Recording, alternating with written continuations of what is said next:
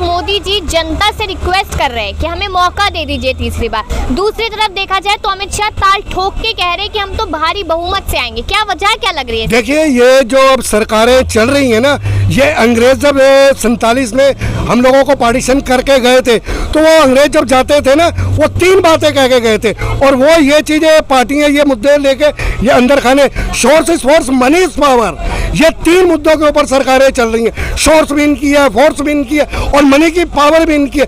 तो ये कैसे कन्वर्ट कह सकते हैं कि आने वाले 24 में हम बहुमत के साथ आएंगे? ये तो मैडम 140 करोड़ जनता बताएगी ना, जिनके ऊपर मार पड़ रही है। 60 रुपए वाला तेल 100 रुपए लीटर, 400 रुपए वाला सिलेंडर 1200 रुपए, और 35 रुपए लीटर वाला 65 रुपए दूध लीटर। ये तो जनता बताएगी। ये कैसे कन्फर्म कर सकते हैं कि उसका नाम के 2024 में पक्की हमारी सरकार है? वजह क्या लग रही है? ऐसे कैसे कह सकते हैं? यही तो बात है कि हम पूरे बहुमत से जीतेंगे, और आप यहाँ कह रहे हैं कैसे कैसे वो कह सकते हैं? वजह क्या लग रही है? वजह अंदर खाने, फिर या तो इनके पास ऐसी कुछ पावर होगी, ईवीएम का जो इन्होंने जो मुद्दा बना रखा है, हर बारी जीती है। अब मैं परेशान हूँ मैडम, 9 साल से हम लोग कर्जे के नीचे व्यापारी डूब गए, नोटबंदी से लेके लॉकडाउन में, कोरोना में, हम लोग कर्जे के नीचे डूब। मैं कैसे बीजेपी को वोट दे दूंगा? अब इस चीज का मैं मुद्दा कहता हूँ, ये 140 करोड़ जनता, 140 करोड़ जनता तो हैप्पी नहीं हो सकती, तो इन चीजों का मुद्दा हम 24 में रखेंगे। बिल्कुल यहाँ पर, लेकिन देखा जाए तो वो सरकार ऐसा क्यों कह रही है कि हम तो विदेशों में देश का नाम रोशन कर रहे हैं, इतनी सारी बातें कह रही है, यहाँ पर सिर्फ विपक्ष नीचे दिखाना चाहता है, गलत शिक्षा दे रहा है जनता को, ऐसा क्यों कह रही है फिर सरकार? ये मैडम, अब ग्राउंड में ये पब्लिक बैठी है, अब बाहर चाहे डंका बजाए, या हमारे मंदिर के घंटे भी नहीं बज रहे, अब बाहर चाहे कुछ भी डंका बजाए। अब यहाँ की पब्लिक से पूछिए ना, वो किस चीज से उसका नाम क्या परेशान है? महंगाई से परेशान है, भ्रष्टाचार से परेशान, रोजगार से परेशान। बाहर वाले हमें दाल रोटी नहीं देंगे, हमें रोजगार नहीं देंगे, हमारी महंगाई के लिए कुछ नहीं करेंगे।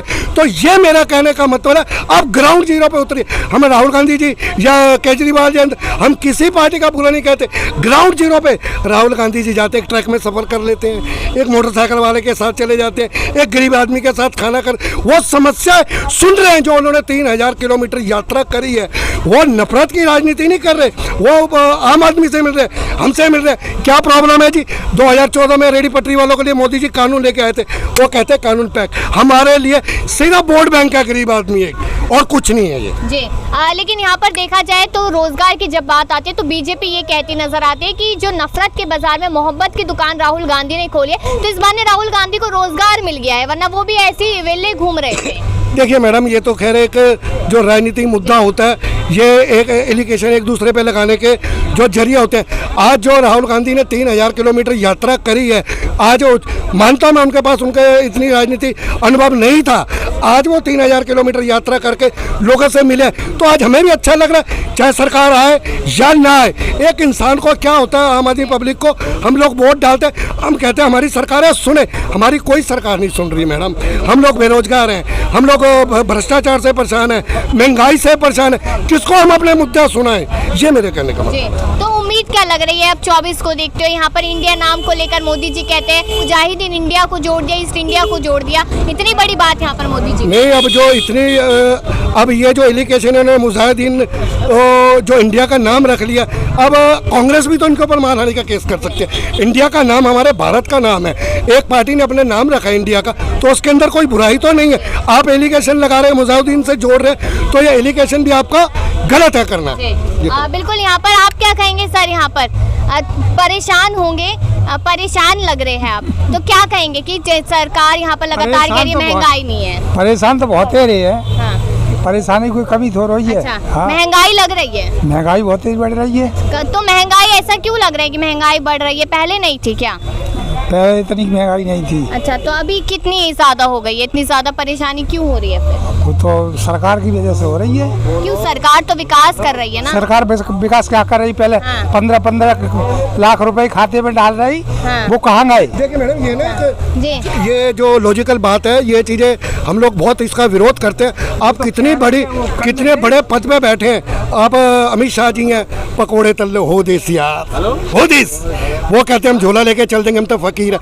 आप प्रधानमंत्री हैं देश के, इंडिया का मीडिया देखता है, बाहर देखते हैं आपको, आप ऐसी बातें बोलते हैं, अच्छे नहीं लगते। आप ये कहिए 2 करोड़ नौकरियां देनी है, 2 करोड़ नौकरियां जारी है हमारी, साल की आए थे। अब जुमलों की सरकार क्यों कहते हैं? जब आपके अंदर इतनी क्षमता नहीं है कि एक गरीब आदमी को हम रोजगार दे सकते हैं, तो आप बोलते हैं क्यों?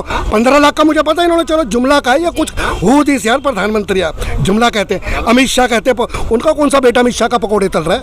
पकौड़े तल रहा है? मुझे बताना कौन सा राजनेता का बेटा एक पकौड़े तल? और मैडम मैं तो पकौड़े तलने के लिए भी तैयार हूँ, मेरी बेटी डॉक्टर है, वो कह रही है पापा पकौड़े भी तल लेंगे। डिग्री लेने के बाद पुलिस वाले कहते हैं 1000 रुपये रोज चाहिए। हो दिस इज माई इंडिया। रिश्वत, भ्रष्टाचार, बेरोजगारी, इस पर क्यों नहीं मोदी सरकार या जो ये अमित शाह जी बातें करते, इस चीज का जवाब सरकार है। तो कौन सुनेगा बातें, कौन सुनेगा परेशानियां, कौन सुनेगा? क्या लग रहा है? अब परेशानी कोई नहीं सुन रहा है, तो किसी से तो उम्मीद होगी। अब किसी से अब तो आगे पता चले। 65-70 साल जो रहे कैसे थे? आगे हो जाओ, 70 साल बढ़िया रहे। अच्छा बढ़िया रहे, बहुत बढ़िया। बदलाव क्यों किया? अब लोग बदलाव तो यही किया कि 15 लाख देंगे खाते में, अच्छा इसलिए बदलाव किया। अच्छा 2 करोड़ नौकरी देंगे, 2 लाख नौकरी देंगे, तो इसलिए बदलाव किया। अब कुछ मिला नहीं। अच्छा नहीं मिला। 9 साल बीत गए, अब 10वां साल लग चुका है। 2024 में चुनाव है, इंडिया गठबंधन है एक तरफ और दूसरी तरफ एनडीए है, तो क्या लग रहा है कौन सुनेगा? वो तो आगे जाने पब्लिक। अच्छा हाँ, आप नहीं है पब्लिक का हिस्सा? हाँ हम है, हम तो अपनी बात जाने। हाँ, तो जब वोट डालने जाएंगे तो क्या सोचिए वोट डालेंगे? किसी को भी डालो, आपकी मर्जी, लेकिन क्या सोचेंगे? हाँ, यही डालेंगे कि ये सरकार कोई विकास करे। हाँ। और क्या सोच डालेंगे? ऐसा कह रहे कांग्रेस की राहुल गांधी से बीजेपी डरती है, लगता है क्या? अब वो हमें नहीं मालूम। वो हमें नहीं नहीं लगता। डरेगा भी नहीं, क्यों डरेगा? वो भ्रष्टाचारी है, 50 दल मिला के एक दल बन जाएगा तो क्या हो जाएगा? नहीं कि बीजेपी डरती है राहुल गांधी से। कोई नहीं डरता राहुल गांधी से, बीजेपी से कोई नहीं डरेगा। भले डर रहे हैं, राहुल गांधी भले डर रहे हैं। क्यों डर रहे? क्योंकि उनके पास कोई क्षमता नहीं रहा, उनके पास कोई वैल्यूएशन नहीं रहा, इस कारण। लेकिन अब सुप्रीम कोर्ट का फैसला सुना ना आज? वो तो हमने सुना नहीं है। अच्छा नहीं सुना है। अच्छा हाँ। तो जो 2 साल की सजा होनी थी उसको रोक दिया गया, अब चुनाव भी लड़ सकते हैं राहुल गांधी। वो तो राहुल गांधी चुनाव तो आम पब्लिक भी लड़ सकते हैं, इससे कोई बात नहीं है। लेकिन कहिए कांग्रेस की सरकार मोदी की टक्कर में है राहुल गांधी? कोई नहीं है टक्कर में, केवल मोदी योगी।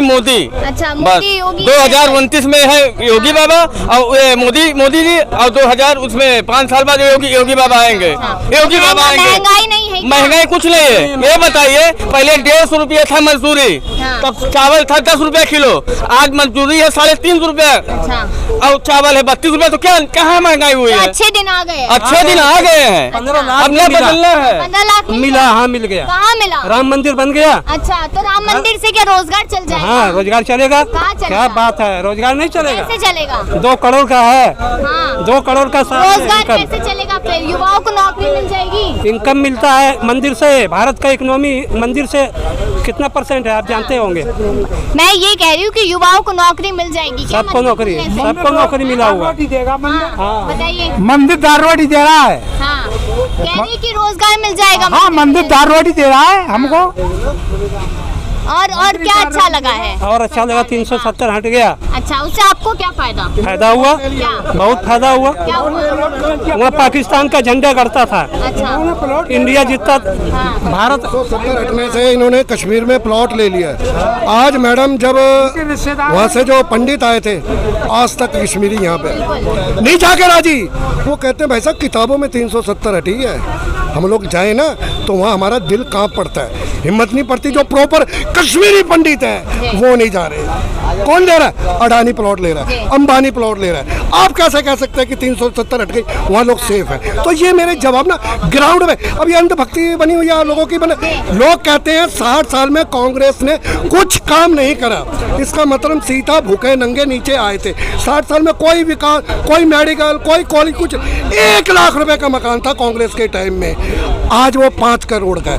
आज मैडम आपकी हिम्मत नहीं एक झुग्गी भी खरीदो। ये मेरे कहने का मतलब। जय हिंद, जय भारत। और दूसरा काम गिनवाइए। दूसरा सबको घर दे रहा है, जिसका घर किसको मिल गया घर? किसको मिल गया? हमको मिला। अच्छा, आपको मिला? हाँ। आपको मिला घर? आपको मिला घर? मिलेगा भी तो नहीं आपको मिला बोलेगा। घर? नहीं हमें मिलेगा भी तो नहीं बोलेगा। क्यों नहीं बोलेंगे? मेरे को मिलेगा तो मैं बोलूंगी। हमको मिला, मैं बोलूंगा। अच्छा, हाँ। मिला, घर तो दूर है। अच्छा, रोजगार नहीं मिला है। अच्छा, तो उम्मीद लग रही है कि अब कुछ होगा, अगले साल कुछ बदलाव होगा।